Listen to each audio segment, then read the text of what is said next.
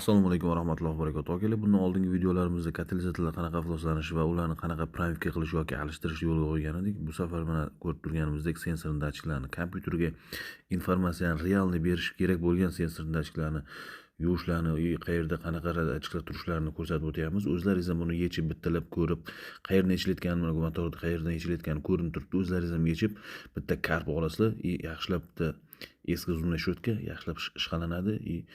Karplar bilan yaxshilab yuvib choyiladi, toza latta bilan artib surtib, uni joyini ham yuvib turib, keyin qo'yib yuboriladi. Keyin bitta oxirida kompyuterni обновление qilib yuborsalaringiz, biroz yuborsalaringiz bo'ldi.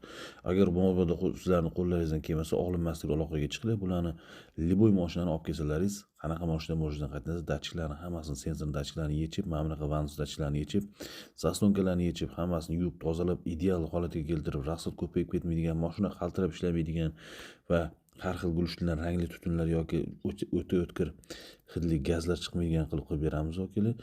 Bundan tashqari bilasizlar, katalizatorlarni ham cho'tka qilib remont qilib berish yo'lga qo'yilgan. Motor, ходовой, mелкий remontlar. Podpiskalar esdan chiqmasin. Ramazon skidkasi ozgina qoldi akalar. Foydalanib qolinglar, atmetga uringlar.